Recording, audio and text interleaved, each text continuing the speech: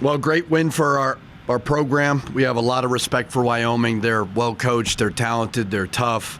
And we finally got a win that wasn't pretty. We haven't shown that. We haven't found a way to win when the offense isn't totally clicking. Big plays down the stretch. KJ made a big three. J. Allen Tovar made a big three. Jordan got a big loose ball. And then obviously Jalen House was terrific. So appreciative of our fans. You could feel the momentum slowly building. So very, very grateful and happy for our guys. So we'll enjoy tonight, and then we will move on because we got another tough one tomorrow or Thursday. So down the stretch, when it is a close game, you're up 5, they cut it to 3, you're up 6, they cut it to 4, whatever. What's being said in the huddles and stuff to make sure that they don't kind of fold in something that's been happening here for past years before you guys got here? I know it wasn't your era, but like close games like this didn't close out a lot. You ever see Old School when Will Ferrell's in the locker room screaming not to freak out? That was me. That was me in the huddle.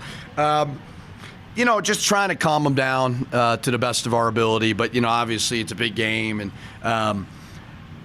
But I think more than anything, we just kept focusing on rebounding. I thought rebounding was the key to the game because our defense in the first half, our scrambling was terrific.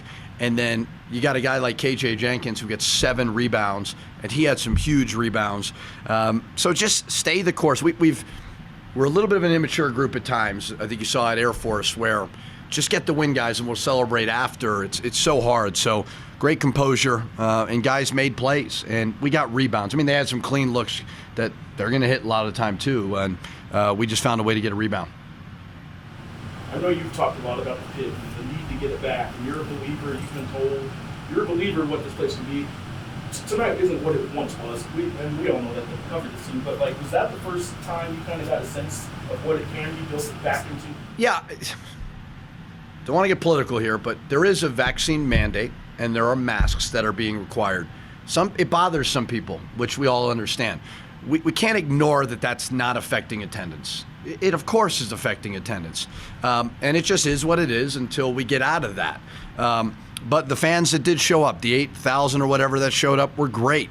I feel it every single day. I mean, this is year 10 for me. I've worked at a lot of different jobs. I enjoyed my time greatly at Minnesota. There's a lot of different sports, pro sports.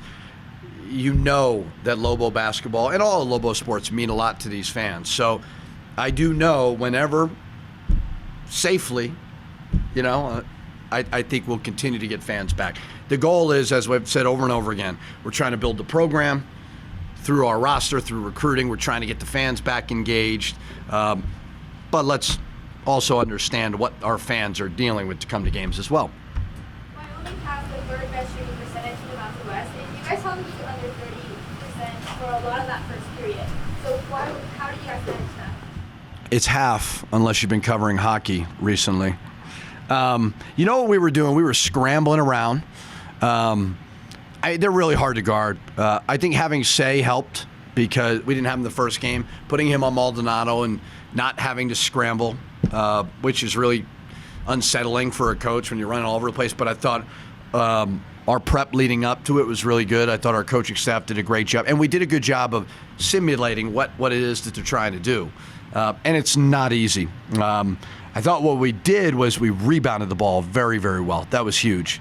And Sebastian was terrific in the first half on Ike, so we didn't need to trap as much. Second half, we had to a little bit. Since you just mentioned, Sebastian just said that tonight was, he wants to win. You know he does. All of us know how much he likes his team. He said it was almost as much about pride for himself personally, because he didn't do good against Grand Ike the last time. And that he just, this one was for himself kind of thing. Yeah. So you kind of take that pride on. I thought first half he was terrific. And Ike, my goodness, I mean, he is a terrific player. To think, Coach Linder had him committed at Northern Colorado, that's a great evaluation, and they've done a very good job of getting him better. But size is important defensively, and Sebastian's the biggest player, so I'm so proud of him. I mean, I just think he's such a good kid. He works his butt off. He is so proud of everything that he does. He wants to win, and was terrific. He was terrific in the in the first half. Yeah. You've already, man. you never know what he's going to say. So it's like, You've already mentioned KJ's rebounding. That first, I think it was the first offensive rebound on that missed free throw that led to the three. How big of a play was that to get you guys some separation? huge play. 7 rebounds for a guard. Phenomenal. He made a big three, obviously, but I just thought his grit and his toughness was exactly what we needed off the bench. There was a lot of that just felt like what a conference game should feel like. How many times are guys going off the court because of blood? I mean, it was a great game to be a part of. Coach, that three-pointer by Tovar in 45 seconds, was that one of those okay moments for you? Well, he was open, so no. I mean, they kind of sag off him a little bit, and I think in conference he's been shooting pretty good percentage. So he's just got to knock it down. So no, if you're open, we're going to tell you to shoot it. There's obviously a lot different outcome than the last time you guys played. You've been stressing, rebounding and defense all season long. This was the game that it seems like it finally came together. Why do you think the guys responded differently for this matchup?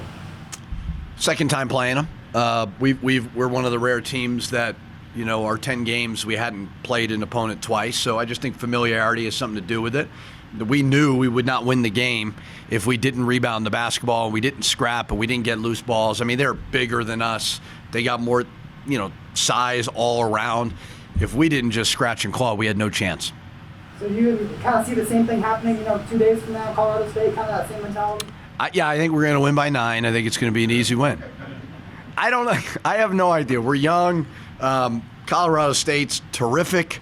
I think Wyoming and Colorado State are probably the 2 best teams in the league. And then, you got other teams too. So I don't know. I mean, I know we're going to get a really well-coached team, a talented team with some really good veterans coming in on Thursday. So I'll enjoy tonight, and I'll get to work tomorrow. Also, I mean, you out-rebounded them, and they're number 22 in the country. How does that feel? Number what? I'm sorry? 22. You out-rebounded the number 22 team in the country. How does that feel? 22, they're ranked. The rankings.